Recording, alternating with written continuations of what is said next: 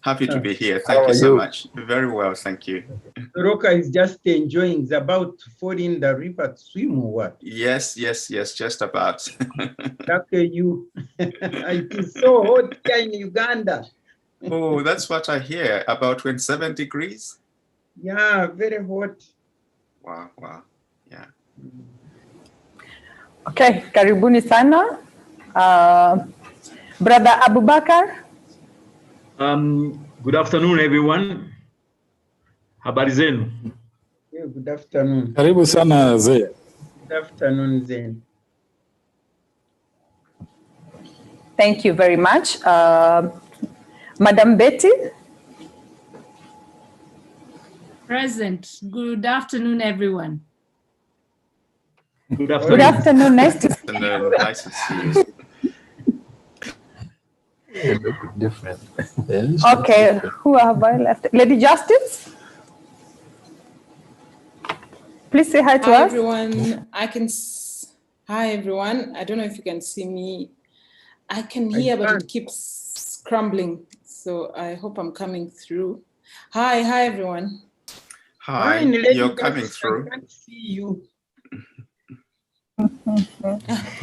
Okay, thank you. We can hear you. We hope we'll see you as well. Hi. Okay, yeah.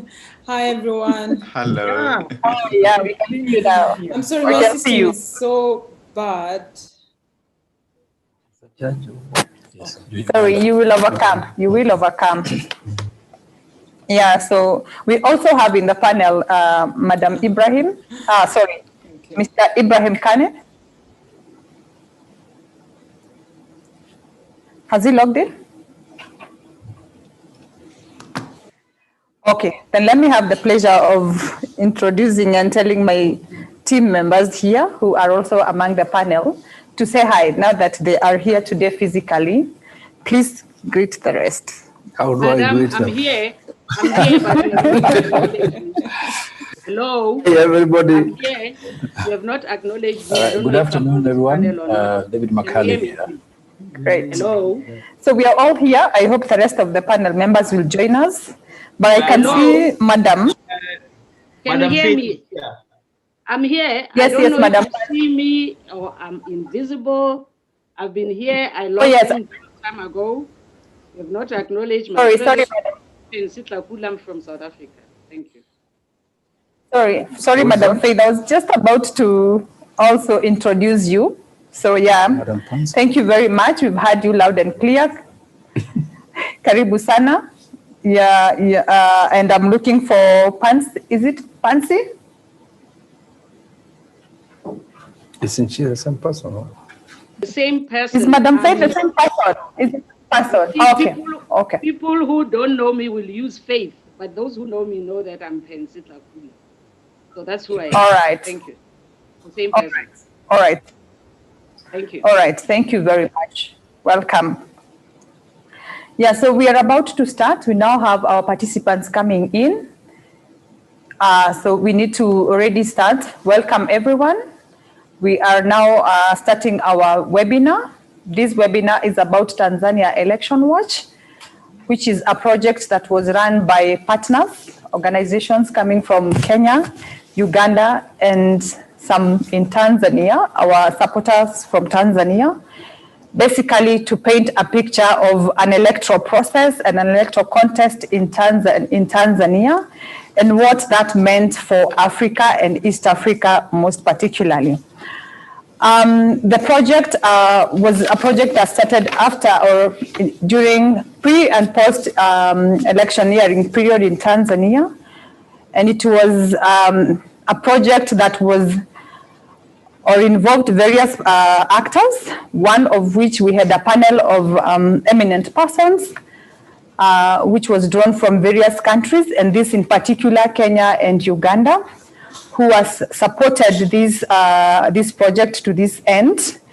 And today we are here to have our final webinar, which is also going to be part of what is going to launch our final report on the outcome of our observation in Tanzania.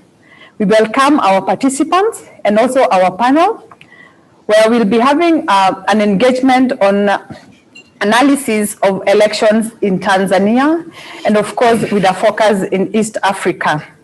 We already have had elections in Uganda, and we all know what happened and what that meant to Africa at large. We are yet to get to the electioneering moment, which we are from Kenya here. Already we are experiencing a referendum moment. We have the BBI process that is very intense here in Kenya. That is almost looking like it is the elections of 2022. I don't know. We are yet it is yet to manifest better. But yes, we are in an election moment. So it is a good time to be here today because it is going to already help us understand what do we need to do as an East African society, and looking back to the elections that we have already had and the elections that are about to come. What can be done and what has been observed to inform the future. With us is a panel of eminent persons which has done an incredible and a very elaborate work on Tanzania.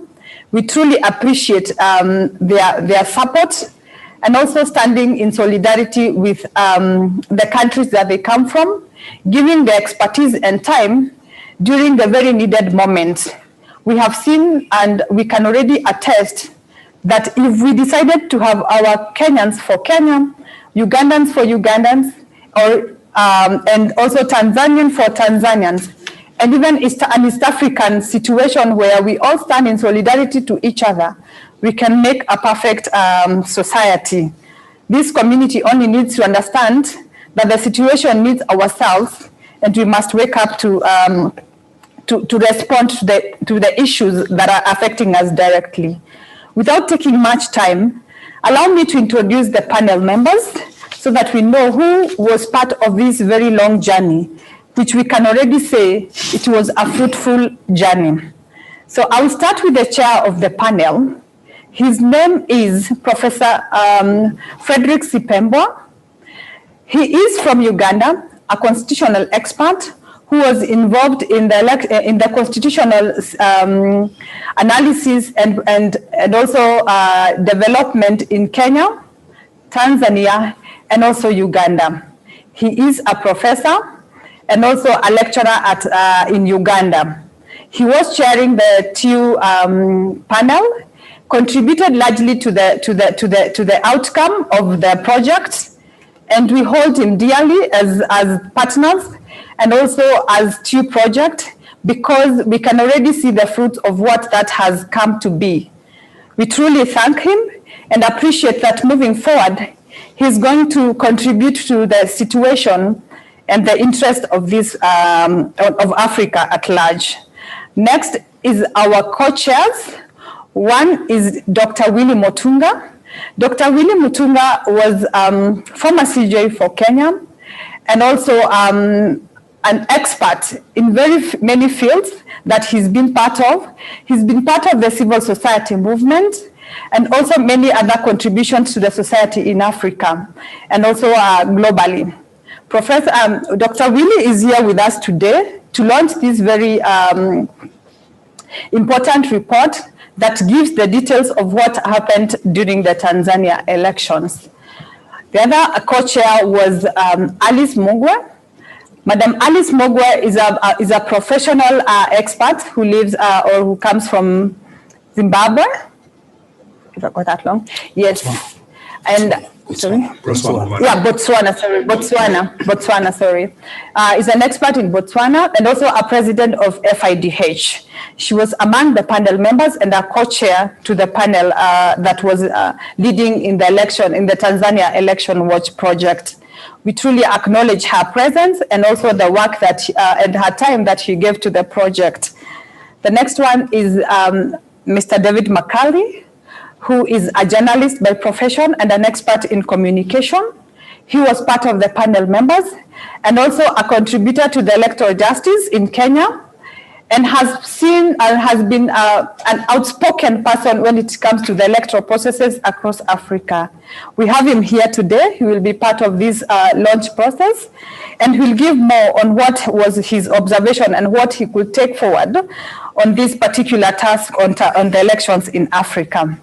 The next person is Lady Justice. Honorable Lady Justice is Lydia. Yes, Lydia. Honorable Lydia Mugambe is from Uganda and an expert and a judge in the High Court of Uganda. He is based in Uganda, but also a panel member of Tanzania Elections Watch. His work was immense. He contributed to the current situation and what we have been able to put together on Tanzania Elections Watch. We hope moving forward, she will also be available for the African situation, and that we have to be part, and she will be part of the people who can be available to move forward the election and the election situations in Africa. The next person I have is Madam Betty Murongi. Madam Betty Murongi is an expert here in Kenya and also has contributed to a lot of peace and security work in Africa. She's currently working as a lecturer in Kenya and also was a panel member of TU. Her work was immense, to contribute especially to make sure that we have proper documented information that is going to the public and making sure that we have the right information and that is put together to put and to give meaning to what the reports and all our work is going to be. We appreciate your work, Madam Betty, and we hope that you will be able to move with us even as we look at what is happening in Africa and across the globe. Our other panel member, who was Professor Chaloka, even in his absence within East Africa, he contributed largely to the work that you were doing. One of the things that he was very clear is whether I am available or not, at the time that we have these meetings, he will always make sure that he gets back to us with information that is needed to develop and to also build into the two work. Thank you very much, Honorable and Professor Chaloka. The other one we had was Professor Juko. Professor Frederick Juko comes from Uganda. He's an advocate and a professor in the, of law at the jurisprudence and the holder of masters in Uganda. He's based in Uganda, but contributed largely to the work of TU. We thank you and we hold you very boldly to the work that you did. We hope that we'll move together, moving forward to make sure that Africa is the best country that we would want to have. Have I left anyone else? Zain, have you? I have. Oh, you have? Okay. Yes. So thank you very much, everyone. Yeah, and we hope to move. Hello. You didn't. Yes, we can hear you. Dr. Miriam Matembe. Oh, wow, thank you very much. Sorry. I left out Honorable Miriam Matembe. Sorry. Yes, Honorable Miriam Matembe. Thank you very much, Honorable, to have reminded me because, yeah, you have contributed largely to work. Thank you for the opportunity you gave to this project. It was indeed very, very commendable. With a very tight schedule, but you could still find time to give time and opportunity to TU and to listen to us. The late hour meetings that we did, Professor, was cannot be taken for granted. We truly appreciate the work, and we hope that even moving forward, you will be available for Africa. Thank you very much. It is clear that Africa is ready for Africa, and it is available to resolve situations that Africans are facing. We truly appreciate, and we hold the panel with a lot of respect, because if it was not for you, then the TU project would not have come or not have been what it has been. Thank you very much. You accorded a lot of professionalism to it. We truly, truly appreciate. So allow me to go straight to the webinar, having introduced the panel members, and also to just say that the webinar, like I had said earlier, is basically to give our final views about Tanzania. Not to close it, but to say, this is what we were able to gather, and this is what we are telling the world. Please consume the information and let it guide us moving forward, because there's need to correct what is happening in Africa. So without taking much time, allow me to to introduce and to bring forth David Mccally. He's going to help us, give us a small summary of what the report on Tanzania Elections Watch is like. Karibu sana, David. Thank you, Irene, for the introduction. This webinar is about the report of the Tanzania Elections Watch, which we are launching today, and we're delighted to have former Chief Justice Dr. Motunga with us, holding brief for our co-chairs, Professor Sembemba from Uganda and Alice Mugwe from Botswana. My brief, I'll spend a short time to talk about the formation of TEW and the report that we are about to launch.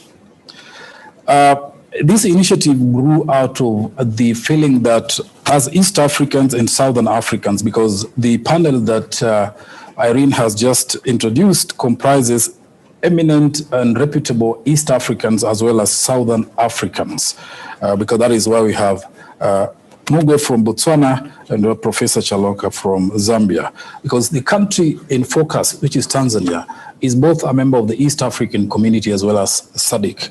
And so as these communities, we came together to figure out what is it that we can do as professionals or as East Africans and Southern Africans to make Tanzania's democracy stand and to help the Tanzanian people to conduct a free, fair, and credible election.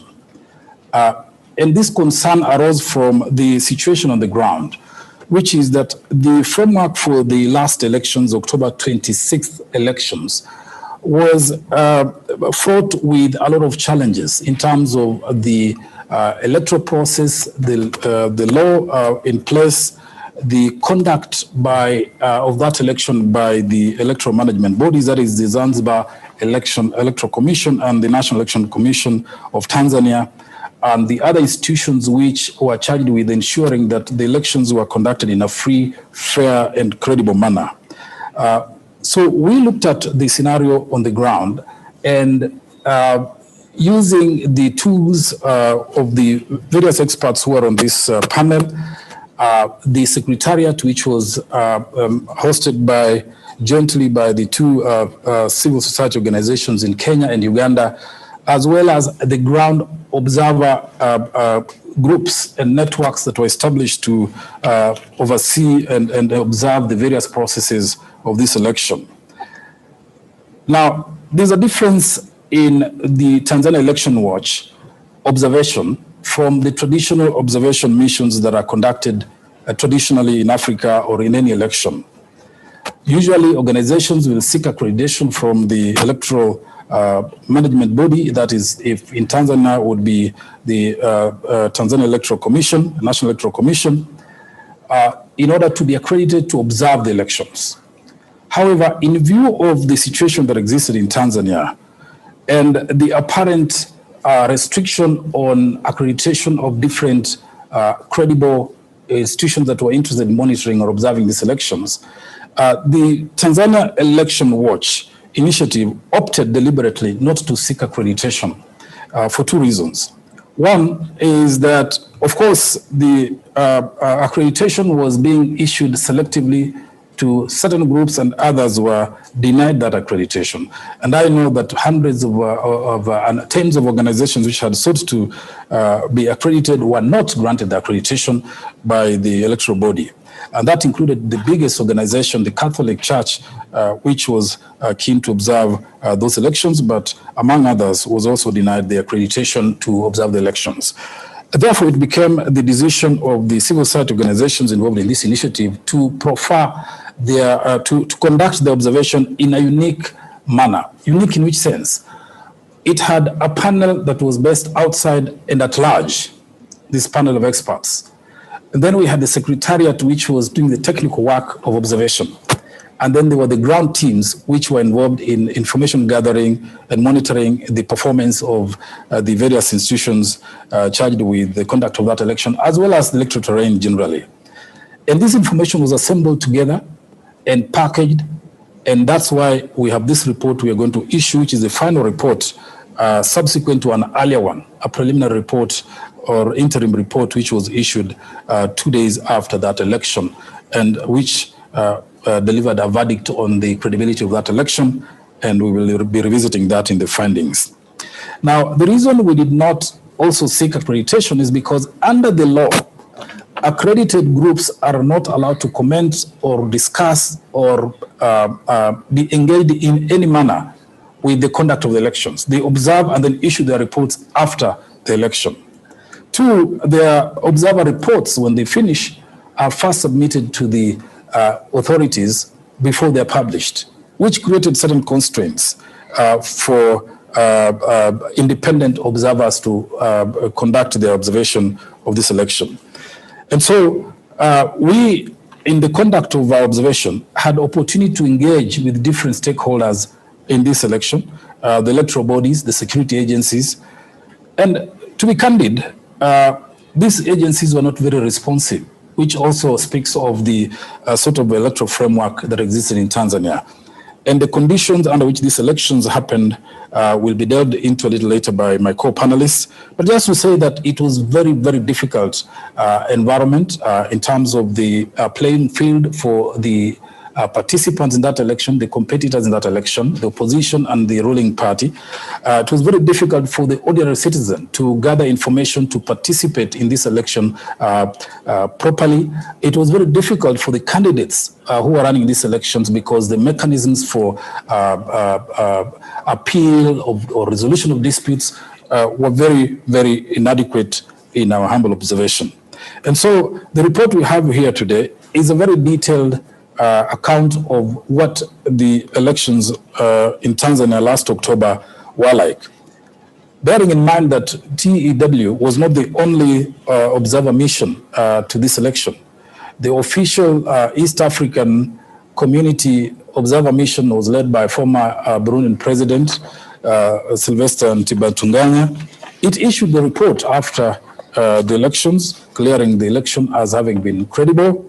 The other observers who have not issued comprehensive reports, to the best of my knowledge, perhaps that's not true, but to the best of my knowledge, there are no observer reports that we have come across regarding this election. And so ours perhaps would be about the second or third report on this election. And we look forward to sharing this with the authorities.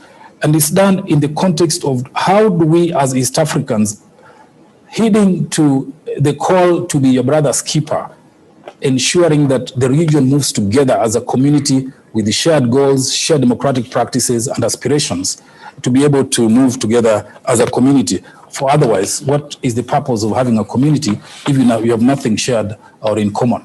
And hence, the interest that we had in this election, and we will not, is a non-partisan initiative that is looking at how Tanzanian democracy and Tanzanians can better execute their democratic rights going forward. And the recommendations contained in this report speak to those particular aspects.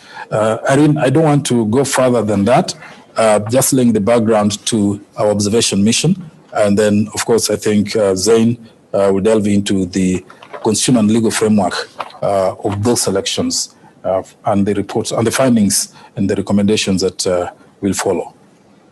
Thank you very much. Thank you very much, Mr. Mccally, for that brief about the report. We appreciate. And yes, it is clear that Africa is desperate and desperate for alternative truth, because already what is given as the alternative truth, sometimes it doesn't come out. It doesn't manifest as the truth that was expected by especially East Africa and Africa at large. So today someone even asked me a question that I need to pose to Brother Zain Abubakar. And he says this: how can we replace the international observers with more tangible monitoring and evaluation systems observed across Africa? And this is in regards to TEW mission. What exactly would you say was the best for TEW? What were the processes? What is the best that you can say TEW came out with, that looking forward, it will be something that can be replicated. It's something that can be used elsewhere as an alternative, because it is clear that we Africans are desperate for the truth. please give us details of it, brother. Thank you very much, Madam Moderator. I think the question, I'll come to it, but Honorable Co-Chair, Honorable former Chief Justice of Kenya, Willie Motunga, my fellow panelists, distinguished guests, ladies and gentlemen, in order to answer that question, I think the person who asked it was listening keenly to what my brother Mccally talked about. And I think Mccally explained the imperative of why the Tanzania Elections Watch was established, its mechanism, and bringing together a panel of eminent Africans who not only are highly competent and qualified in their fields, but also people who have observed elections in the continent and has a deep understanding based on the principle of solidarity on our continent and the countries that we come from. So I will leave that to the context that has been laid out by my brother David Mccally, and go ahead and make a presentation on the electoral governance framework. It's important for us to just highlight, because I have about 6 minutes to go. So in order to do our work, we had to make ourselves fully cognizant with the context in Tanzania, including the constitutional, legal, administrative, and institutional framework that govern the elections. So in terms of giving highlights, it's important for us to remember that Tanzania acceded to 8 international instruments that establish standards for free, fair, and credible elections globally. Among them, the African Charter on Human and People's Rights and the Protocol to the African Charter on Human and People's Rights on the Rights of Women in Africa, which is known as the Maputo Protocol. They also acceded to the African Union Declaration on the Principles of Governing Democratic Elections, the East African Community Principles for Election Observation, Monitoring, and Evaluation of Elections, the SADC Principles and Guidelines Governing Democratic Elections, and the International Convention on Civil and Political Rights. Also, they acceded to the Convention on the Elimination of All Forms of Discrimination Against Women, CEDAW, the International Convention on the Elimination of All Forms of Racial Discrimination, and then the Commonwealth Charter.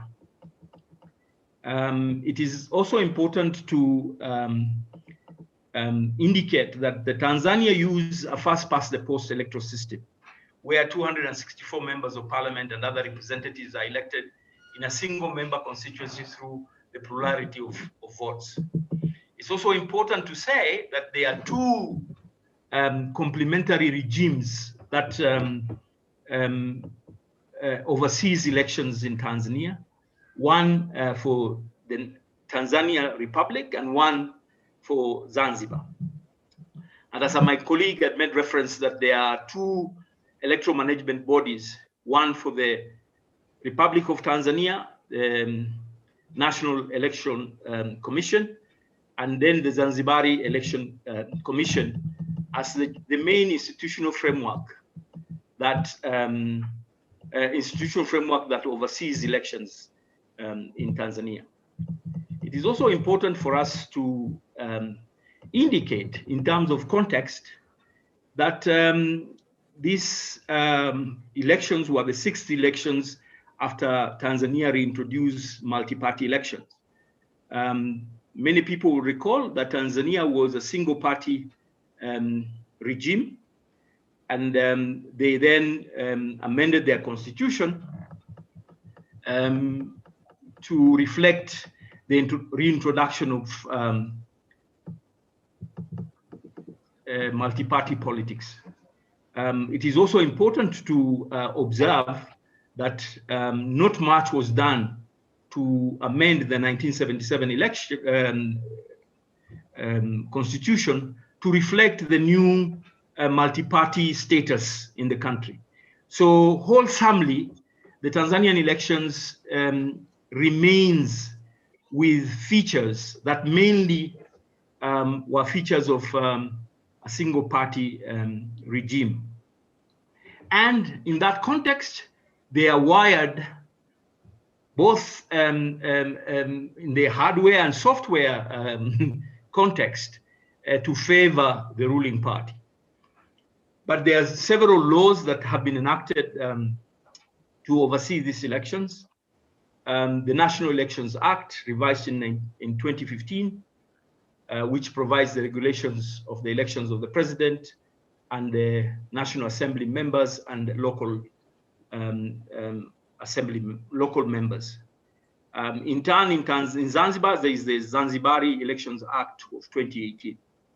The national elections, presidential and parliamentary regulations that were adopted pursuant to this law I've mentioned, which were updated in 2020. The Zanzibari Municipal Council Act 1995, the Local Government Act, in Zanzibar, the District and Town Council Act of 1995, the Local Authorities Councillors Elections Regulations of 2020, Elections Expenses Act of 2010, Political Parties Act of 1992, and the National Election Petition Rules of 2010. It is very, very important for us to indicate the following in terms of what we observed as far as the constitutional, legal, institutional, administrative, and regulatory framework is concerned. One, that they tend to favor the ruling party. Two, since the previous elections in the 2015 elections, there has been more introduction into this legal constitutional framework of provisions that are hindering the free participation of the people in the electoral process. We have also, we observed that there was a shrinking civic space and specifically the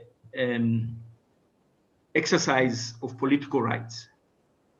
It is critical for us to indicate that, for example, I'm just going to give you a bit of highlights. That the Electoral Commission, the Tanzania Electoral Commission is appointed by the president. Solely by the president. There is no framework for public participation. There is no framework for participation of political actors. The sole power to appoint the members of the Electoral Commission belongs to the president. Unlike many other jurisdictions, the president also has the power to appoint the members of the secretariat of the commission directly. And the Electoral Commission's framework and the management of elections framework also highly depend on regional, district, and local administrators, who are also mainly appointed by the presidency.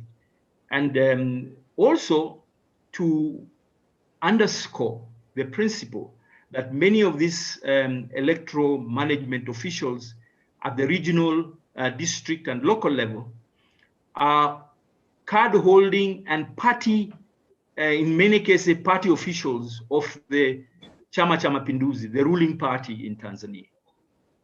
That's one example. I'll give you another example.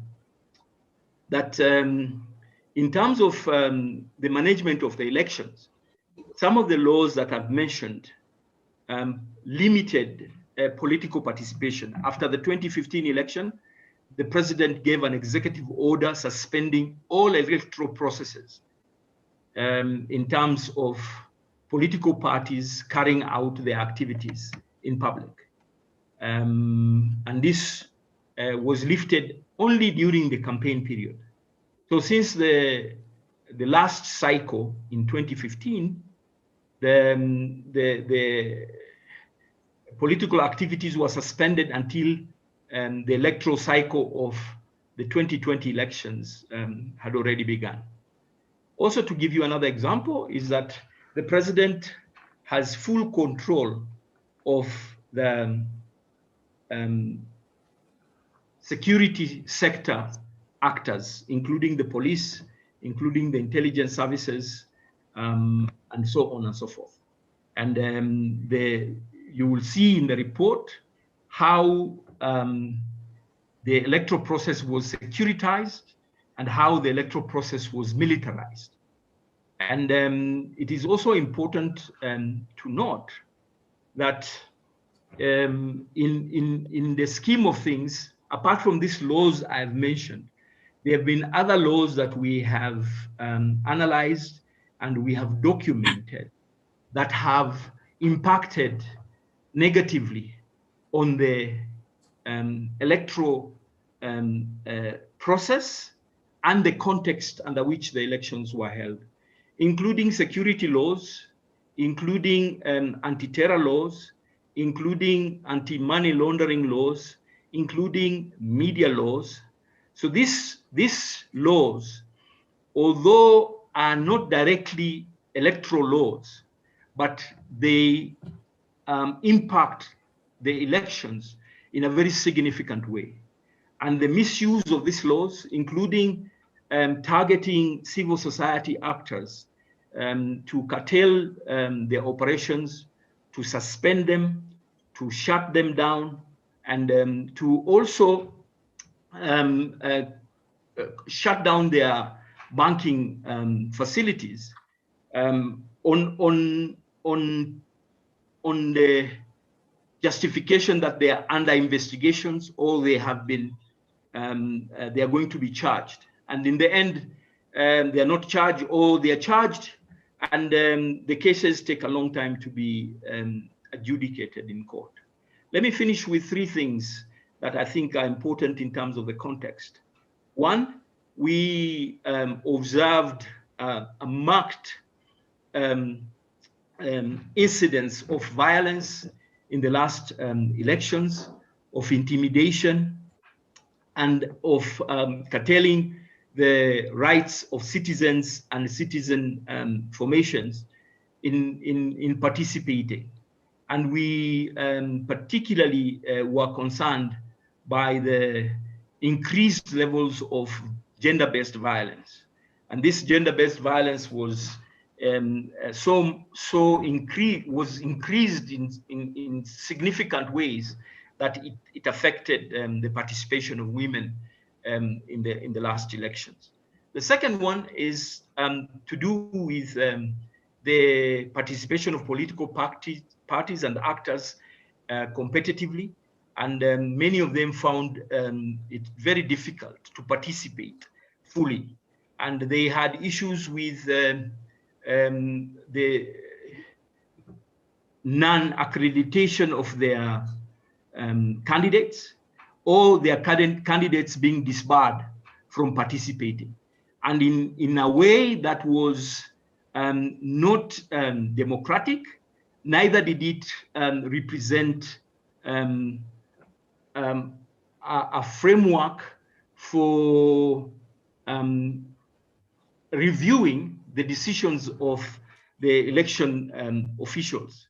So in a sense, we can say that there was no fair administrative action by those who are managing the elections. So somebody would be disbarred from running based on objections raised by their opponents, and mainly CCM candidates, ruling party candidates. And they will make a decision to disbar them without giving them due process, and without a credible framework for review or for appeal. Also, secondly, I think was the challenges that opposition agents got to get accreditation and to actually access polling stations and to observe the electoral process on the voting day, including the counting, the tallying, and the declaration of results. And this go back to also what my brother Mccally said in terms of the challenges that people had in terms of saying being able to challenge decisions which were arbitrary or were made in excess to what the law permitted. I think last but not least are two interrelated issues. One, the counting and the tallying and the declaration of results. And this process faced many challenges, including allegations of introduction of extra ballot boxes which were stuffed with votes in favor of the ruling party and the ruling party's candidates, including the presidential candidate. But one of the major issues that came out of this process, particularly at the elections of the presidential level, is Tanzania does not have a framework under which those who are dissatisfied with the process or the outcome can challenge this legally and can go to court to review. The Tanzanian constitutional and legal framework establishes that once the elections have been declared by the election management body, it cannot be questioned in any arena, including a court of law. And in all civilized jurisdictions, if you want to avoid conflict remaining unresolved, you provide for a mechanism under which somebody can challenge the outcome of an election in a court of law through a court or judicial process. But in Tanzania, this is not there. And it is sad to say that this is not a new problem. It's a problem that has been raised by previous observer missions. It has also been a problem that was raised by the African Peer Review report on Tanzania. And the answer to that in the report, which was issued formally by the Tanzanian regime, was that that matter will be addressed when there was a constitutional review process. And we know that that review process has stalled despite many attempts, and the last one aborted during the tenure of President Jakaya Mrisho Kikwete in the lead up to the 2015 elections. So I would like to stop there and thank you very much for your kind attention. Thank you very much, Brother Zain, for the elaborate discussion around the policies and the laws that are available in these countries, and especially with the focus of Tanzania. It is clear that our laws are also being used against free participation of electoral processes. I think that needs to be looked into by us ourselves to be able to, define our electoral processes better. So without taking much more time, I'd like to appreciate and also invite Honorable Lady Justice Lydia Mugambe to give us a rundown of our two findings. What exactly were the findings of two projects from the beginning to the end, and what does that mean to the next level of elections that will be coming up? Thank you. Thank you. Thank you very much. Good afternoon, everyone, once again. I think having listened to Mccally and Abubakar, I'd like to add that the spirit within which the Tanzanian Elections Watch operated was that spirit of brotherhood, where you look over each other and care for each other. So I think whoever is reading the Tanzanian Elections Watch report should read it in the context of there's nothing malicious. We are all Africans. We mean well for Tanzania. And it's in that context that we aim at speaking truth to power and authority in Tanzania for the good of the Tanzanians, the lay people of Tanzania, because I think that's what matters for any democracy. And while my discussion is going to concentrate on the election day and post-election findings, these really reflect what transpired long before these two occasions. They are reflective of what was happening in months before the elections and what went on long after the elections. And I must say, unfortunately, it's the typical African story. In Tanzania, on election day, we observed there were reports of opposition agents being denied access to polling stations. There were fake ballot papers and ballot stuffing. Opposition party agents were being arrested in many different places. There was heavy army and police deployment in many of the polling stations in Zanzibar and Pemba. And unfortunately, there was this uniqueness, not so unique, the usual, of how Zanzibar and Pemba are treated in Tanzania, as if they are outside members of the family. There was a lot of mistreatment and clamping down on voters by authorities, particularly in Pemba and Zanzibar, unfortunately. There was internet shutdown the day before and on the day of the elections. Opposition supporters were arrested. Armed police vehicles patrolled Pemba and Zanzibar Islands, where security forces reportedly shot and killed several civilians on claims of being aligned with the opposition. There was a sense that people were not given the space to exercise their freedoms on election day. And in regard to the post-election observations, our findings were that police used excessive force in trying to quell protests following the announcement of the election results. And this should be seen in the context that Abubakar has just emphasized, where the Tanzanian laws do not allow any challenges to the election results in courts of law. And if we could pose the rhetorical question, if the elections were free and fair and there's nothing to hide, why do we have laws that curtail any challenges to a peaceful, free and fair process? Between the election dates and November 11th, 2020, it is observed in our findings that security forces killed at least 22 people. One death is bad enough, but we observed 22. You can imagine there might have been more that went unreported.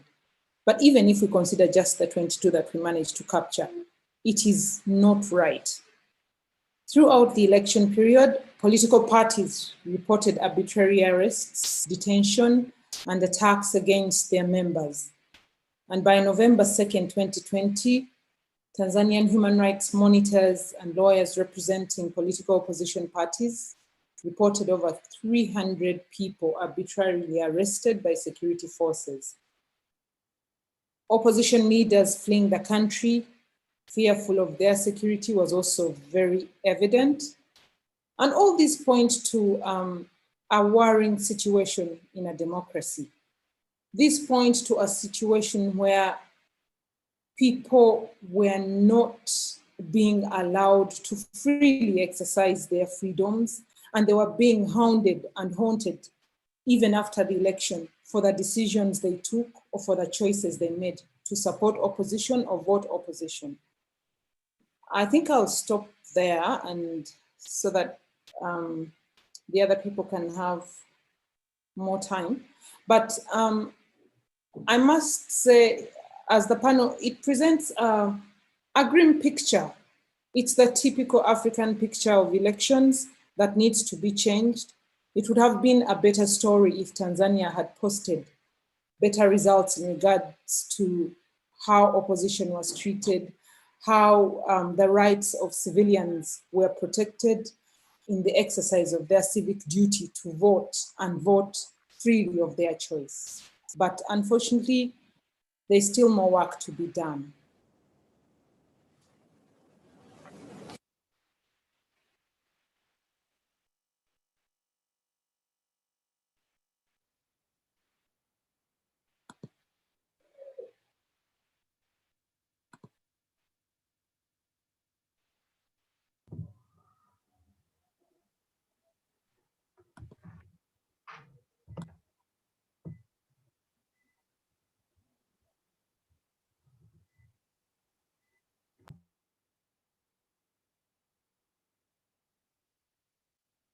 from our report based on our findings.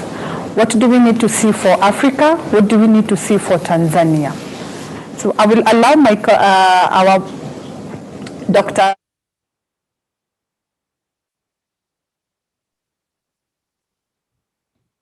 Sorry, okay. Allow me to repeat the question again because of the technical hitch that had just occurred, and say that thank you, Honorable Lydia, to have taken us through the findings and to have given us a clear analysis of what the project or what the report holds. And also the report has or holds recommendations based on our findings with the Tanzania Watch that we were able to observe. And the recommendations I will not only be playing out for Tanzania, but also for other countries. Somebody asked me if Africa and African leaders are copying bad manners from each other. That is something we need to ask ourselves. That is probably someone was asking based on what happened in Tanzania and what we were able to see in Uganda. Is it something that is being borrowed? Is it something that is being copied by each president moving forward? And is it something that is going to be copied by the then or whoever is going to come in Kenya? So to give it to Miriam Matembe, please help us understand the recommendations that the project or the report holds. Karibu sana, Madam Miriam. It's nice that I'm coming in with that question, that are they copying from each other? Of course they do the same things, and they unite at AU. Are you hearing me? Yes. Okay. These heads of state of ours unite together at AU against the citizens whom they are supposed to protect. But unfortunately, the African citizens do not have any forum where to unite also and fight against their ill doing. So I don't know, maybe this would be a beginning of spreading ourselves to see how we can manage these people. Well, I am called Miriam Matembe, and I come from Uganda, a country that was long prophesied to be the pearl of Africa, but has not yet realized that prophecy because of the challenges like we have been hearing right now. You know, it's strange that I'm here to launch a report that criticizes the Tanzanian elections held in October last year, shortly before the Uganda's militarized, brutal sham elections were held in January this year to give President Museveni 5 more years over 35. And yet for Magufuli is just 5 years. So people may say, but surely, since we watched what Uganda did, do these Ugandans now have a moral, a moral right to participate in questioning Tanzania what happened? Because our situation seems to have been really terribly bad, and I think many more people killed, and by the way, publicly and without shame. Nevertheless, we have to say that not only do we have the moral right as citizens, but also the legal right to really question and challenge all wrongs done by any leader in our continent. We are in East Africa, we work as brothers and sisters, and we are in African continent. Of course, we grieve as an African citizen. I grieve when I look at the bad governance that has characterized Africa as a continent and become its trademark. When wicked leadership driven by insatiable greed and self-centeredness of our leaders that has kept our continent and our people enslaved and causing them untold suffering. As a member of this panel, I'm very happy that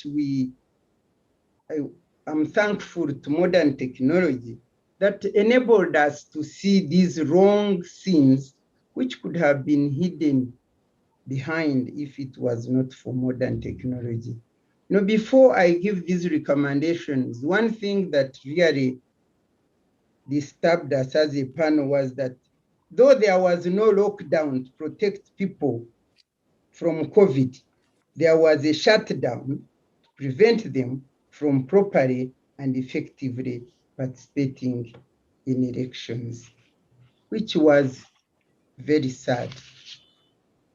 Now, you have all listened to what we observed. Many things we observed. The report is very long, but now it is time to give you a brief just on few of the recommendations. Otherwise, when you read the report, you will see many recommendations. And these recommendations, as Madam Chair says, are really appropriate for the continent of Africa, because it's quite sad what is going on. In 1980s, we had thought that we had got out of this suffering and we were moving forward, but it seems we are going backward. Seeing Tanzania really, which was a role model, which was our guiding standard, seeing it go that bad, one really cries and says, where is our continent going? Well, the recommendations, basically, the overreaching recommendation actually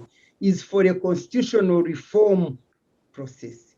Tanzania needs to reform its constitution, and that will anchor respect for the rule of law and human rights, safeguards the independence of institutions that manage elections and oversight institutions, and that provides judicial remedies for electoral injustices. Actually, without this constitutional reform, these other recommendations would not work, because it would be that good, comprehensive constitution that, guarantees the human rights, independence of institutions, and that it would be put into would be implemented. Because why I'm laughing like this is because I'm a member of the Uganda Constitutional Commission that did the Uganda Constitution, which was a fantastic constitution. But when it comes to constitutionalism, that is the enforcement of this constitution, then it becomes another challenge. But we are recommending a constitutional reform nevertheless. Some of us on this panel, we had opportunity to review the Justice Warioba's commission constitution, which was actually either ignored or put in abeyance, but it was a wonderful constitution. Would appeal to Tanzania to look back, pick it up and see how it can really revive it and use it to get clear, even streamline the relationship, streamline Zanzibaris. Why do they live as if they are not human beings with equal right like the Tanzanians on the mainland? It is very important, and it is necessary that this constitutional reform is done. Now, also, we talk about civil society. Of course, without this constitution, without civil society playing their role to demand reforms and demand enforcement of human rights, also may not be that much. So civil society also should be able to rise up and play its role to ensure that things are done properly. Now, the areas where we are recommending, apart from the constitution, is electoral management bodies. You have listened to Mr. Zain, he has really explained to you. The election bodies of Tanzania, both ZEC and NEC, all of them, they are like an extension of the I think Chama cha Mapinduzi party and the government, and that leaves out any other person who does not belong to that party. So it is like an extension in terms of appointment of commissioners, in terms of employees of that commission. How can an electoral commission not have a right to appoint its own, its own impartial staff? Because if you find like a district, chief district officer is the one in charge of elections, is employed by the government and the party Chama cha Mapinduzi, what do you expect? So without an independent electoral bodies which are able to to manage this exercise impartially with transparency and accountability, must have accountability of its operations and adherence to human rights standards. And it must be strengthened in dispute resolution mechanism so that when there are disputes, pre-disputes elections, they should be handled properly to minimize conflict and violence related to unattended election grievances. So that is one important recommendation we make. The other one, of course, concerns security. As you have listened from this report, as we were observing elections, some of us were breaking down and crying. The violence against women, the brutality of military and police, you know, without shame. I mean, this was too much. And what was so painful, by the way, in Tanzania, is that you compare to Uganda. In Uganda, yes, at the time of election, they closed the internet. But everybody was seeing Uganda everywhere. But in Tanzania, it seems Tanzania is closed up. Tanzanians are being closed inside from the outside observation. And these people, whatever was happening for us as few, we had opportunity to see and monitor and observe. But the rest of the world seems not to know what was happening in Tanzania. And that's terrible. Why should a country be closed like that and people suffer internally alone? And so we are saying military should refrain from involvement in elections, because the deployment of military in elections strips a civilian democratic control over the state. It becomes militarized, and you cannot say that there have been elections, because of course deployment of heavy military prevents people. They get scared, they fear, they can't participate in this exercise.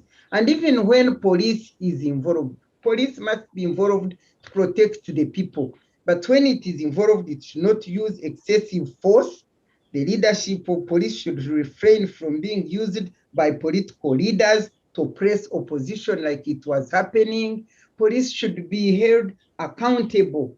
If we need to use the security forces, where the deployment of security agents is clearly justified in situations anticipated by law, a robust accountability framework must be in place for holding each officer to account for their actions. Not just what happens in Uganda here. They just play it around here and there. People are in prison. Even right now, the president orders, where is the list? They don't remove it.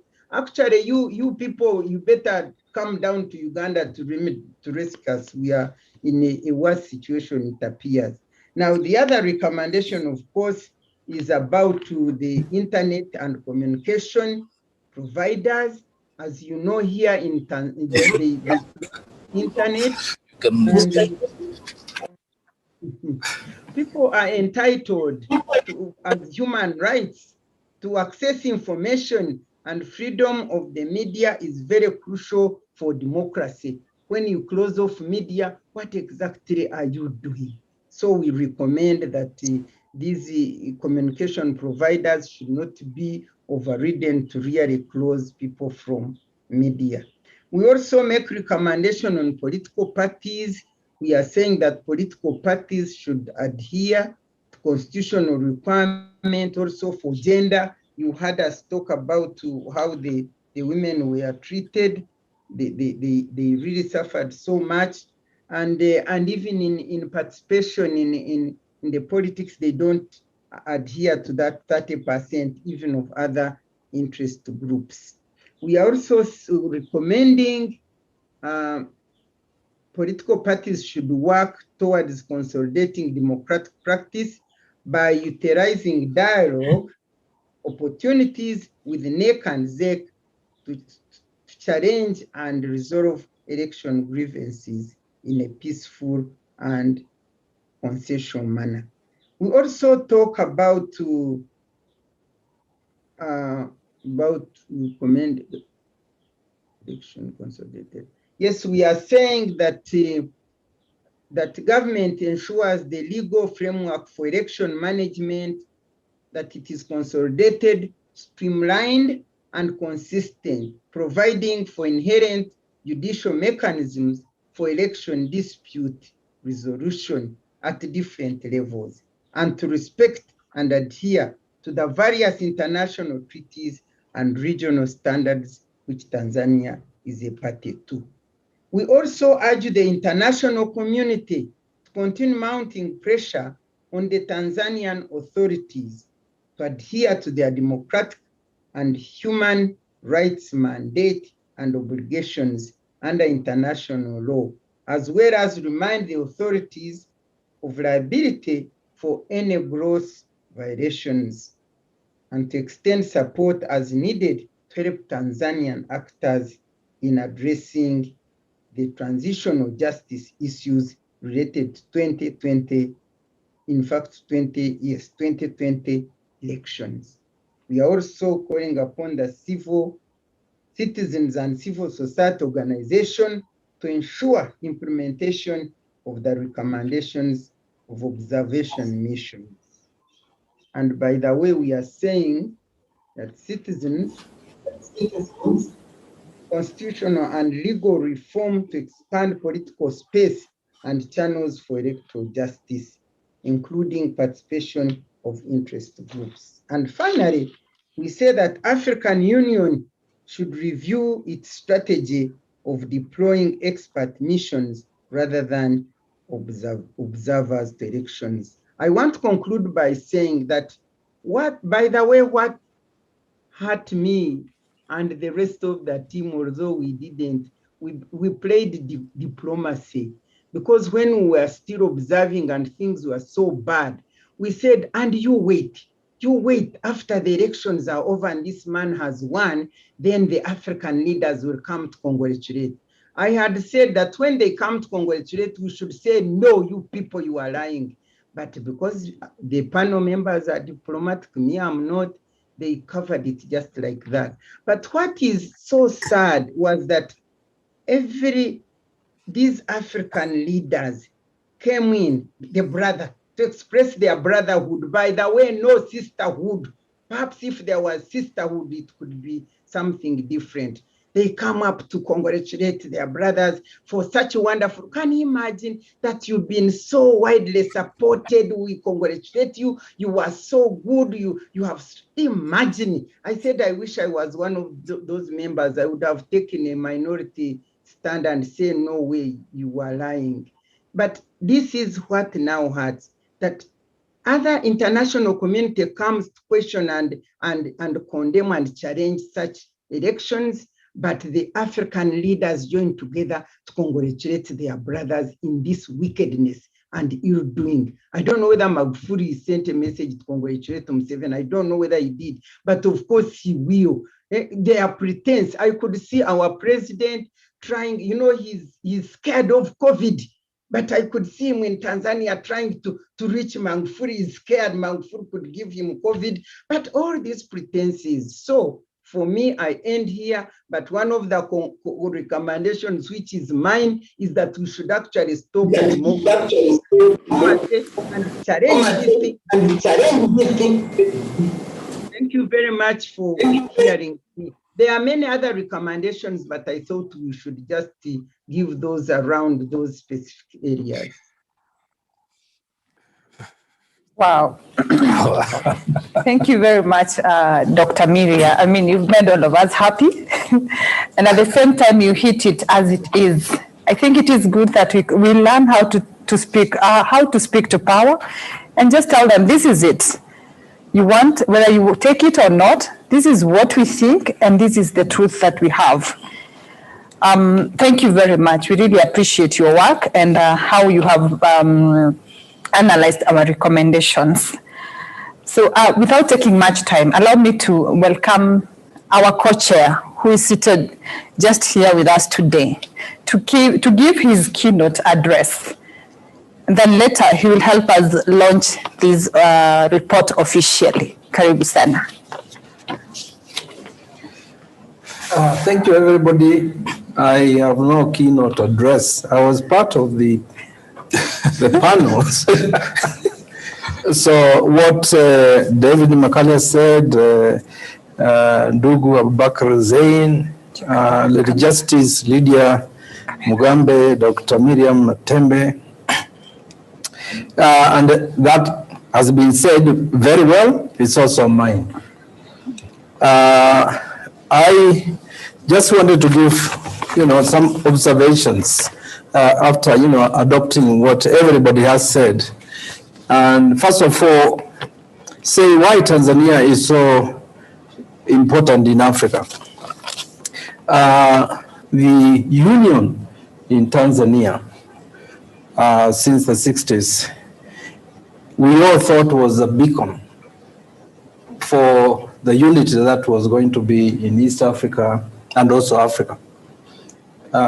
Because African unity is very, very important for the liberation of Africa and the African world.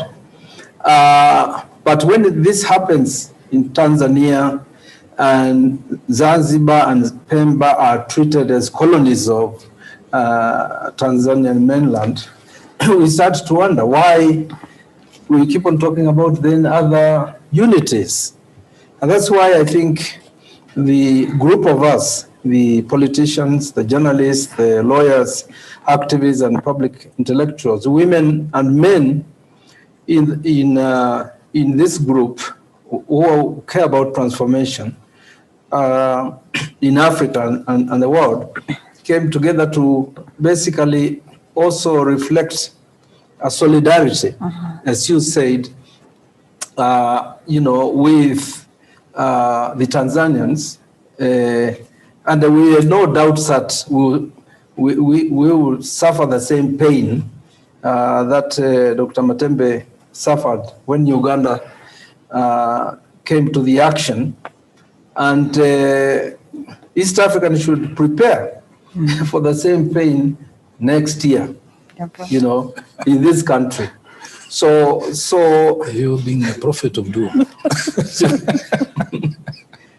Yeah, because the reason why I say that is that within East Africa, let's be honest, we have dictatorships. Yeah. In fact, the Kenyan one is a variant of other dictatorships where you have the opposition and the government coming together, and also a faction of the government claiming to be the opposition.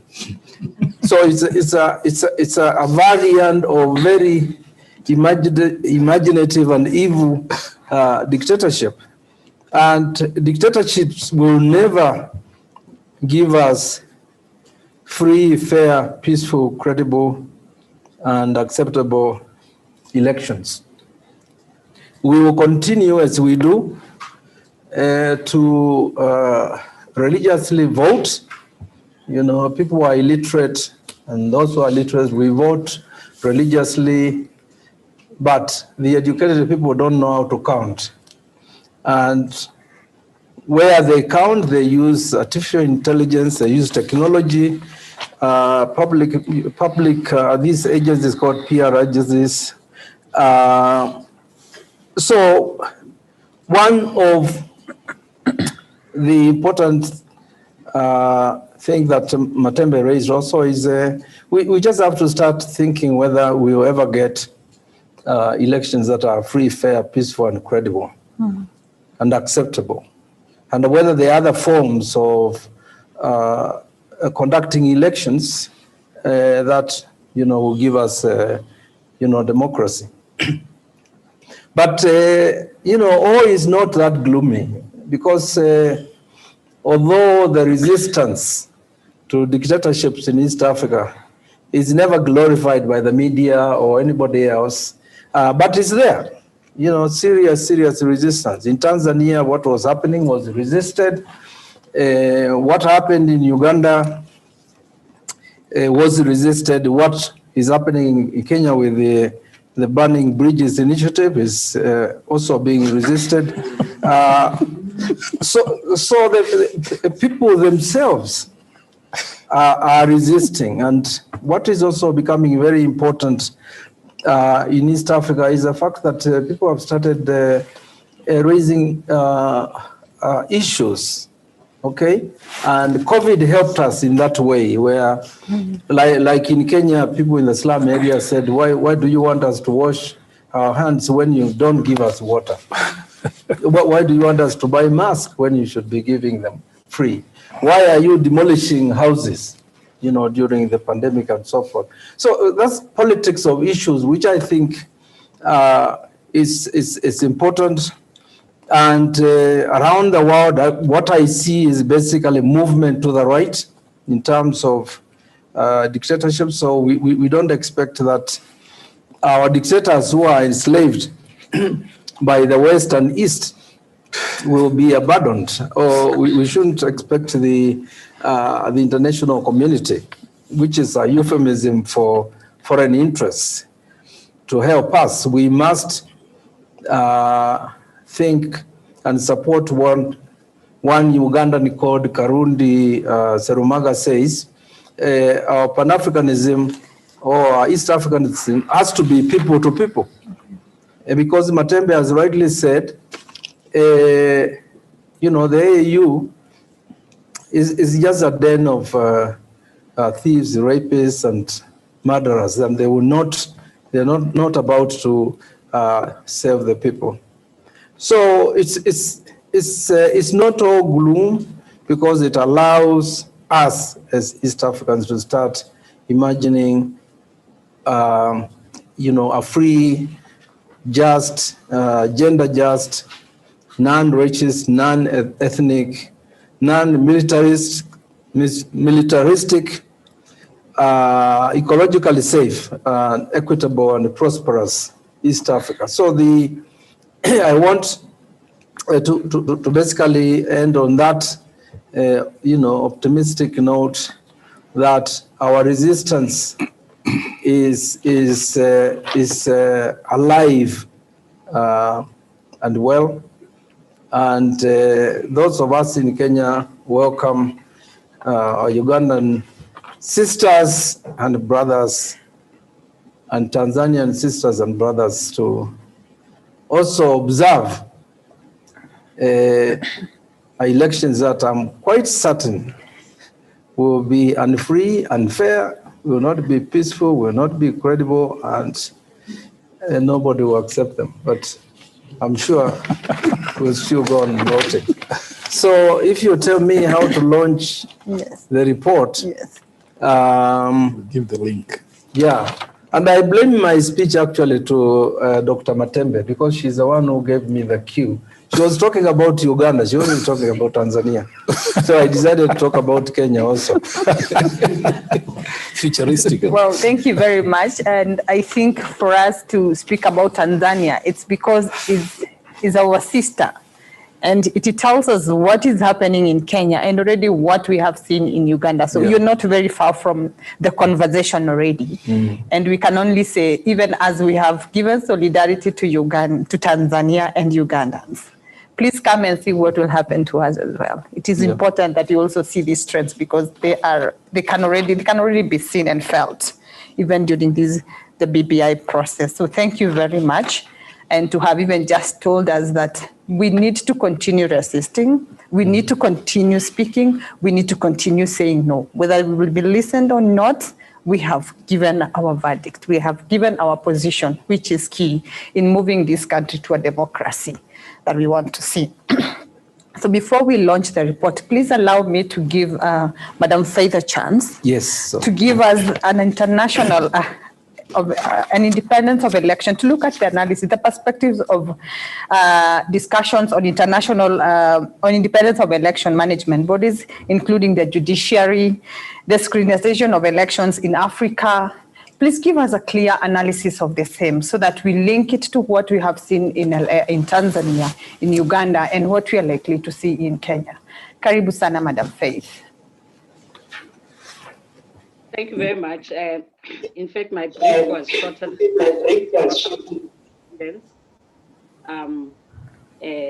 an EMB. Thank you very much for inviting me.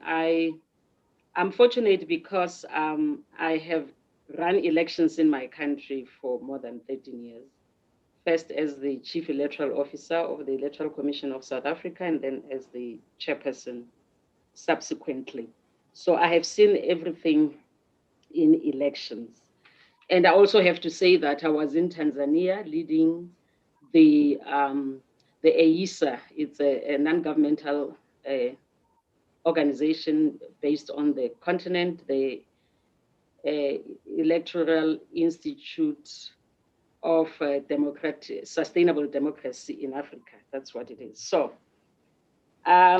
before I actually talk about what you want me to say, and most of the things that I was going to say have already been said, but firsthand experience in Tanzania as an observer group. Of course, as you know, that there were no observer groups that were accredited. I think there were 3 of us who came out of outside Tanzania. It was ourselves, AISA, it was the African Union, which was led by Goodluck Jonathan, the former president of Nigeria. They said that they did not have an observer mission. They called themselves something else, which was very confusing to me. Therefore, that they were not going to even issue a report. The report will be issued from Addis Ababa. Then there was the East African Community, which was led by the former president of Burundi. Now, in addition to all the things that have been said, what I observed also is when we read our statement, interim statement, I observed the atmosphere of fear and intimidation among journalists, which means that the issue of freedom of expression is an issue that in Tanzania, the right is muzzled. And I say this because the East African Community leader read his speech and everybody was attentive. And then it was then my turn to read the report. The room was very noisy. I don't know whether it's because I'm a woman that people decided to behave in that way. And of course, I called them to order and asked them politely that if they don't want to listen to the report, they should leave the room. So we read our statement. After that, there were no questions. Our statement was balanced, but it was also telling the truth, the way we saw it. But no one asked any question, which was quite strange considering the contents of the report, which said to me that journalists practice self-censorship because they are scared of victimization and other reprisals. The second thing that was quite interesting is the shutting down of the social media, the internet as well. And at that time, when it was shut down, we had a meeting with the Telecommunications Authority of Tanzania.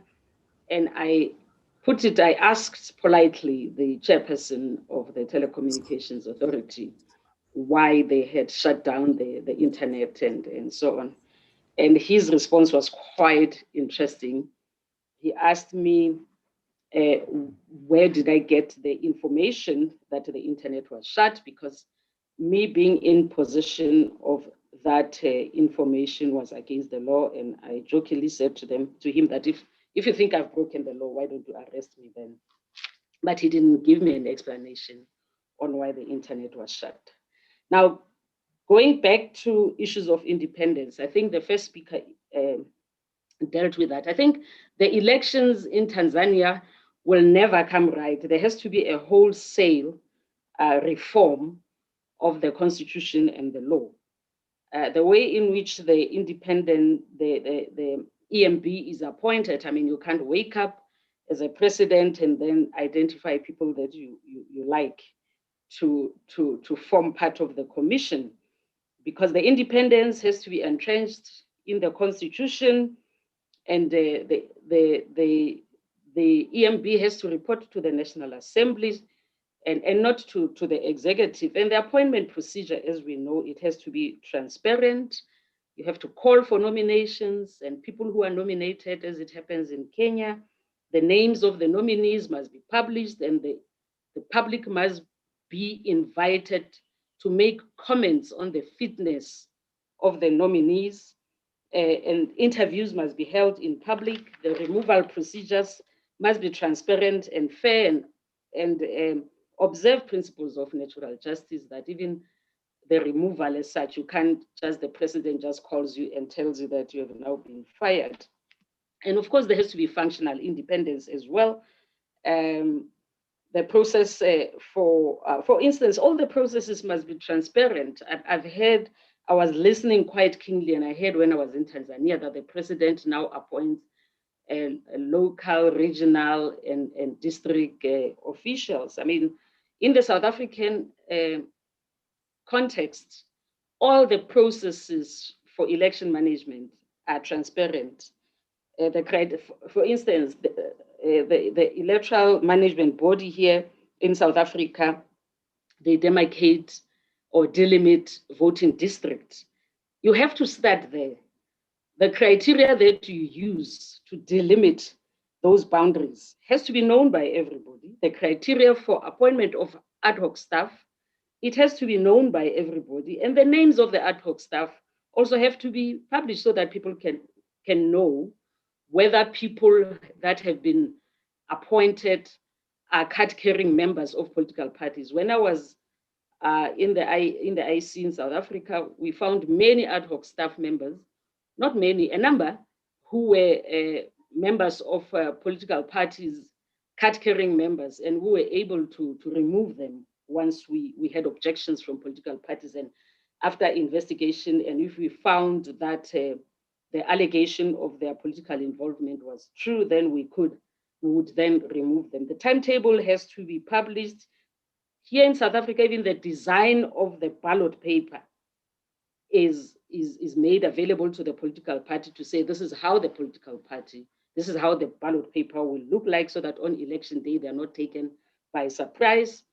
Also, information of who prints the ballot paper, that has to be made available.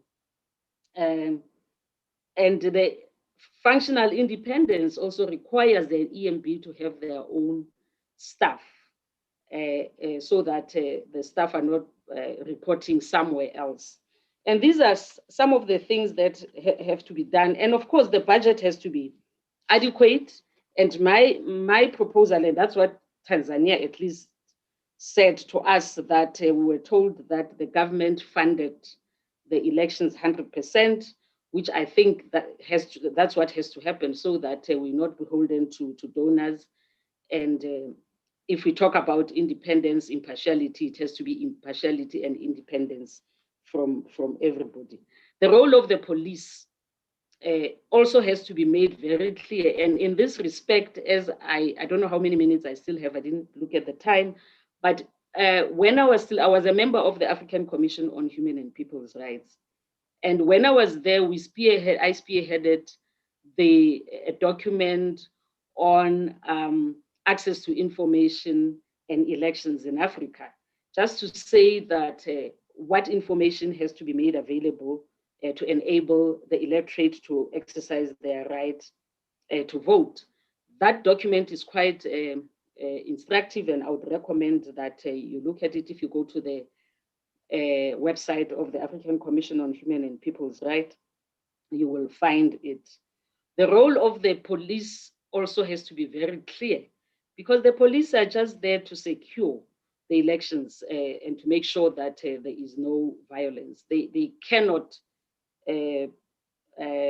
participate in the electoral process.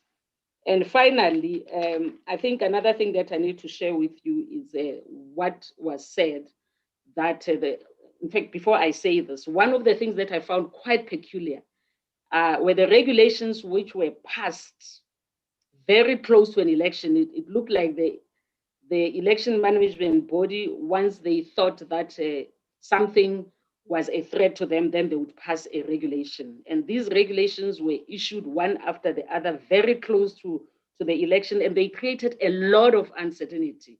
One of those regulations was that all observer missions, before they read their reports, interim reports, they must submit those reports to the Electoral Commission. And when I met the Electoral Commission, I put that question to the chairperson of the Electoral Commission to say, why should we we submit our report to you for vetting before we release it. And he said, no, that's not the purpose. We just want the report so that we know what is it that you're going to release, so that if we are asked questions, we'll be able to respond. But lo and behold, on the day of the election, then the day that we're going to release our interim report, we then gave the Electoral Commission a copy of what we're going to release. And when the report came, it was like scratched, like, when a teacher corrects an essay of a student, it was marked and remove and this remove. And I phoned back, I said, look, I either do not read this report, and if I don't read it, I'll issue a statement to say why I'm not reading it, or I'm going to read it as is. I'm not going to read a report that you have corrected or censored. And we were prepared to call a press conference to say exactly that our report was curtailed by the EMB. But eventually they said to us, look, you can read the report as it is, which we read, but unfortunately, no one can read it. Even the correspondent of the South African Broadcasting Corporation, who's based in Tanzania, who is normally very vocal, he was in the room. I thought that he would ask me questions relating to what we have observed, but nothing came. Thank you very much, and thanks for giving me this opportunity. Thank you very much, Madam Faith, and thank you for telling us and even just giving us a clear analysis of how controlled or how the space is closed at the electoral moment, and to give a clear analysis of what you were able to observe in Tanzania. We appreciate, and we continue seeing this as a trend.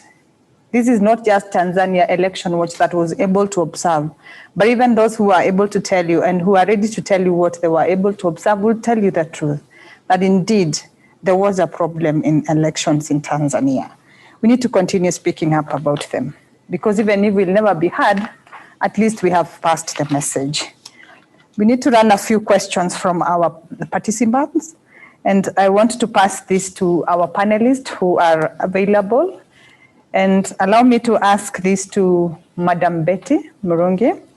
The question reads, is Tanzania / Africa ready for electoral democracy? If not, is there alternative given that systems are designed to keep the incumbent in office the way to go? Madam Betty?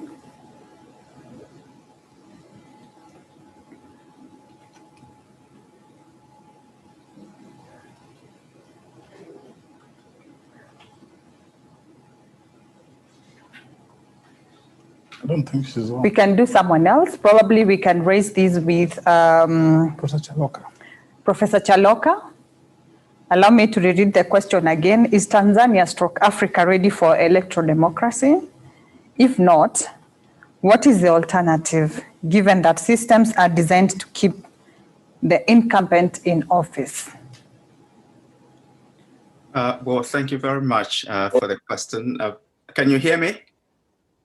Yeah, I've also been following some of the questions in the chat box. Obviously, Tanzania and Africa are ready for democracy. We trotted this path in the late 80s, in the early 90s, when the one-party state system all over Africa and Eastern Europe was removed. People made their key demands in terms of the removal of the one-party state, which was essentially an insurance of perpetuity in power on the part of those that were in power. And once we made that gain, we now find that the political elite are actually going back on what had happened. They are closing the political space. And I think that the example of our watch is an important step in galvanizing Africa, the African people and civil society, to make sure that the gains that were made are not lost. You'll recall Mwalimu Nyerere's words when he stepped down from being chair of the party. He said, I found that the party existed only at headquarters. At the level of the grassroots, the party did not exist at all. And when he extolled Tanzania to move towards a multi-party democracy system of government, he said, if you haven't achieved anything in 10 years, in the 10 years that you have been in power, what makes you think that you're going to achieve more if you seek a longer term in office? And I think that those words are as relevant today, not just for Tanzania, but for the whole of Africa. The whole of Africa, African people are democrats, naturally. We are decentralized communities by nature. And then we find the imposition of vertical authority coming from authoritarianism and sometimes a dictatorship that is emerging and brutalizing people, as Dr. Matembe said in her recommendations. And so unequivocally, yes, Africa is ready for democracy and Tanzania is ready for democracy. Democracy for us is a mechanism for the peaceful transition of power. This is what Africa needs, and it's what it lacks, and it's what the dictators are trying to deny the people. So there's no alternative to that.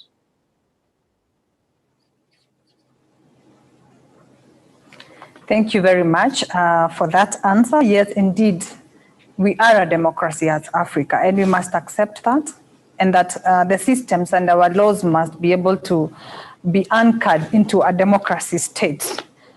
So to our other question, which I don't know if our Betty is available. Please alert me when she's not. Okay.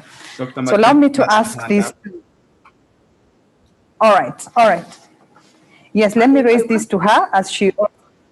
Hey, I wanted to add on what was said as to whether we are ready for democracy. Yes, we are ready for democracy, but what type of democracy? I think we as African people, we were unfortunate because when we were still developing in our systems, when we were still coming up as a people, if we were not colonized and told who we are and what we are not, we would have slowly reached our own values, our own systems and everything, our own civilization.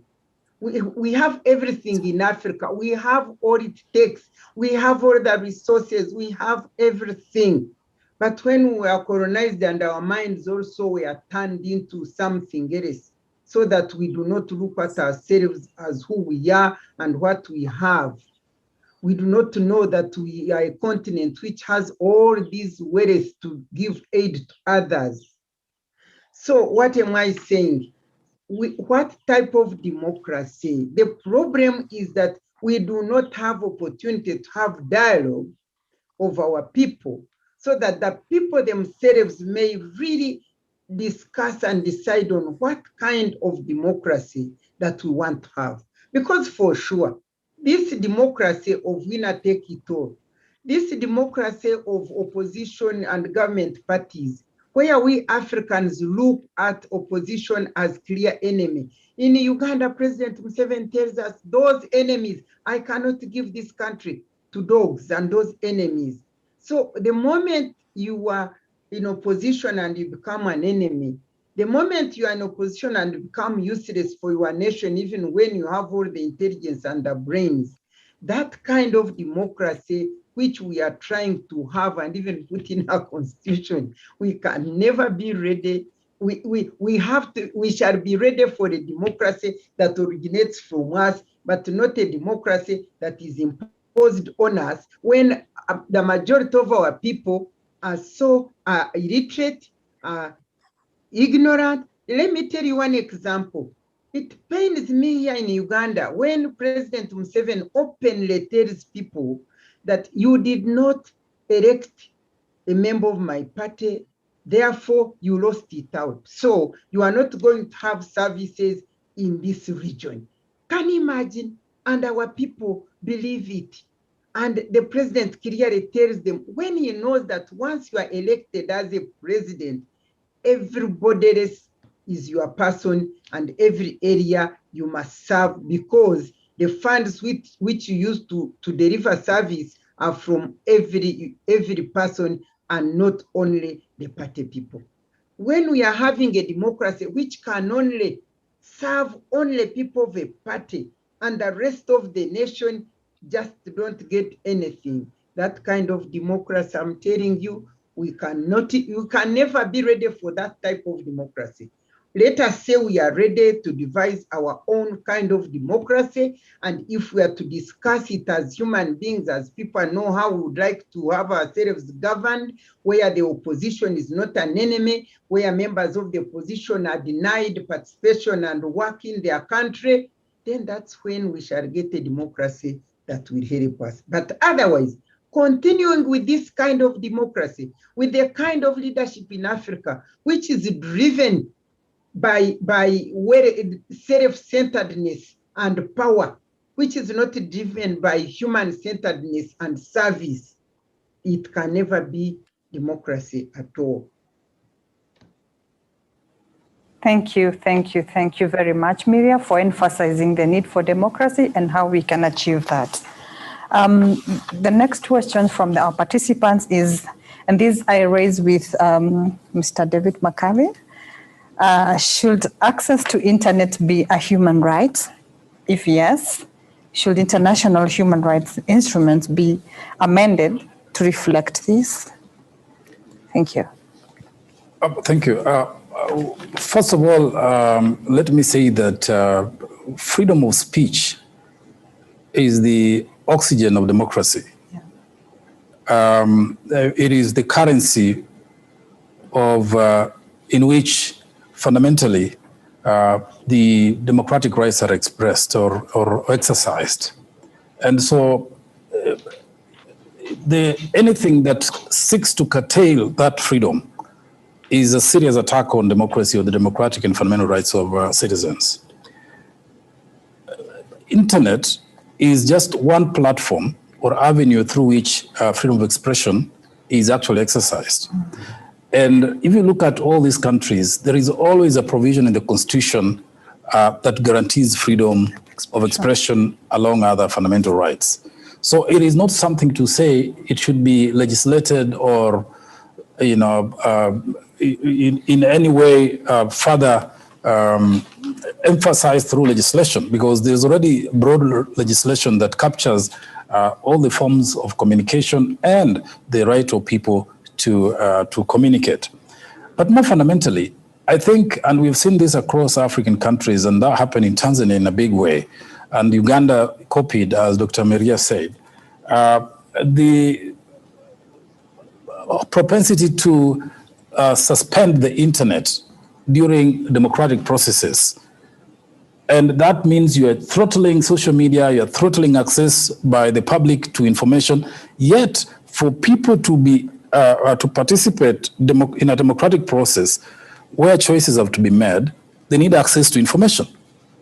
And the internet is no longer a privilege. It's become really the highway of communication and information access. So this ought to be protected at very, very high levels in all legislation, in all legislative frameworks governing any electoral processes in any country. And I think this trend needs to be checked. I don't know how African countries are going to reinforce the guarantees for freedom of expression and access to information, but this is at the core of sustaining our democracy and must be defended at the international level, at all UN conventions that can be invoked. So yes, I think the internet is core to the exercise of democratic rights and must be safeguarded. If countries need reinforcement beyond the constitutional provisions, which I know almost exist in every country, pretentious countries, it's not lack of legislation or legal framework that is the problem in Africa.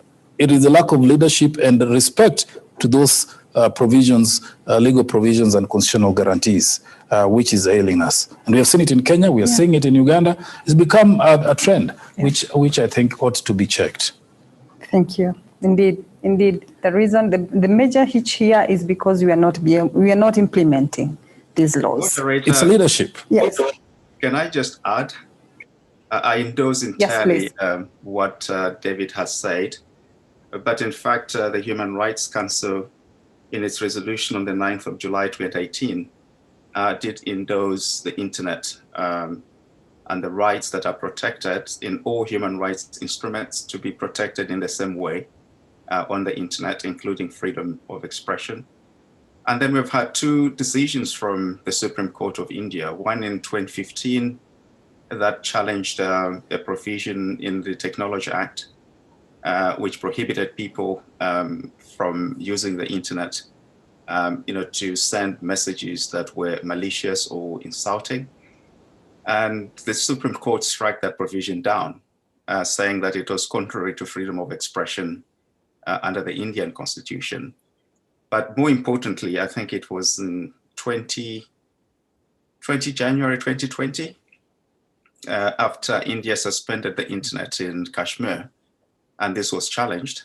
And the Supreme Court said that the internet is a fundamental part of the Indian Constitution in terms of freedom of expression, access to information, and its suspension is subject to the tests of necessity as well as proportionality, and asked the government to review its decision on that basis. And of course, the internet was then, the restriction on the internet was lifted after that. So Indian decisions are actually quite instrumental to us, as we know, as we fight all of this. The provisions about the Electoral Commission's decision being final. I mean, we all read about jurisdictional errors and errors on the face of the record in administrative law, that even if there's a finality clause, but if the Electoral Commission makes a jurisdictional error, then its decision is subject to judicial review. And I think that our courts must be strong enough. I obviously say this in the knowledge that most of our courts can be swayed in moments of political need by the political leadership. Thank you. Thank you. Thank you very much, Professor Chaloka, for giving us the protrusions that are available so far. I think I need to raise one more question, but many other questions that are available on our chats, we'll be able to address them even after this webinar, so that we can also be able to launch the report. So one final question to you, Daktari. I think this came about from our recommendation in our report that someone, I think from Tanzania or just from our participants, is asking, how do we engage politically with a view of having a new constitution, given that Tanzania is virtually a single party state? Oh, yeah, I think earlier on I spoke, about what I saw as resistance to dictatorship in Tanzania. And I know the constitution-making process that was chaired by Warioba. The drafts are there. It's just that, there hasn't been a debate to promulgate that constitution. It's the same route that Kenya took, before the 2010 constitution. So I think they will have to continue opening that political space and also the civil space. They have. The opposition has a very, very powerful leader, in my view, Honorable Tundu Lissu. This is a man who was shot, I think here 15 times or so. Yes. He underwent 24 operations, and he still came back to fight for democracy, multi-party democracy. And he had to leave, of course, for obvious reasons. I don't think people will say he fled. I say he retreated. Anybody would if they told you that this time we'll shoot your head, as he was told. But there is that courage, and I think the Tanzanians should start making those demands for a new constitution and discussion of that particular, draft. Then they have to learn our lesson in Kenya that, constitution making does not end with promulgation. It continues, in a struggle for implementing, the constitution. Yeah. And the Kenyans, we have discovered very well that although that baby that Professor Shaloka and others gave us, because it's a very progressive constitution, it's a beautiful baby. Yeah. Our problem is that the baby was handed over to child traffickers and traffickers in body parts. So, so the whole issue of who is going to implement the constitution becomes very important. Indeed. And as we ask for this constitution, we should know that when the constitution is promulgated, another struggle starts of implementing it. Yeah. As the women of Kenya have discovered, their 1/3 gender rule is still there. It's now being promised by BBI when they can't implement it when they should have. Yeah. So we have to focus on who is going to implement the constitution, because they can just be given as you are given, and we imagine that things will be okay. There will be devolution and there will be this and that, because the pillars in our constitutions are very progressive. But we start seeing the clawbacks, and so that lesson, I think, is very, very, very important, because Kenya now is caught up with that lesson of who is going to implement the constitution.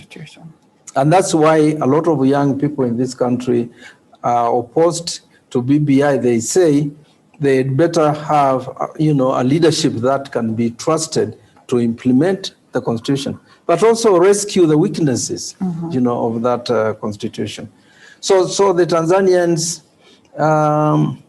they have to resist that, dictatorship and, agitate for a new constitution, the expanding of the political space as well as the civic space. Because do they have any other option? No, they don't. Yeah. Thank you. Thank you very much. We've heard you clearly that we need to continue pushing for what is for us and what is right for us, which is one, for Tanzania to push for constitutional reforms, which then will have to culminate to these other reforms. But the beginning is to reform our constitution. So thank you very much, ladies and gentlemen. I think it has come to that hour where we now need to launch our report. The report is solely on Tanzania Election Watch. So it is now going to run in our screens. Go ahead. Yeah, the launch will be pretty fast. You can download it from Tanzania Elections Watch.org. Okay, I'll repeat that. You can download the Tanzania Elections report from Tanzania Elections Watch.org website. Yeah, it's also running on the screen. Yeah.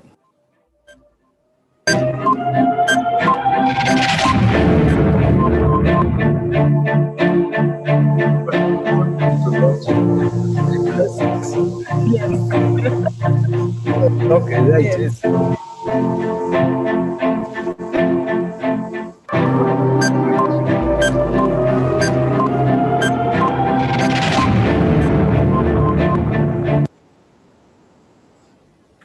Wow, great.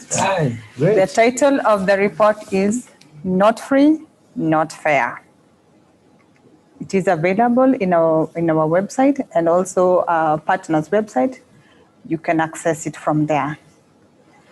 So thank you very much, Daktari. Thank you. I want to invite Professor Chaloka to briefly give vote of thanks as we close the webinar.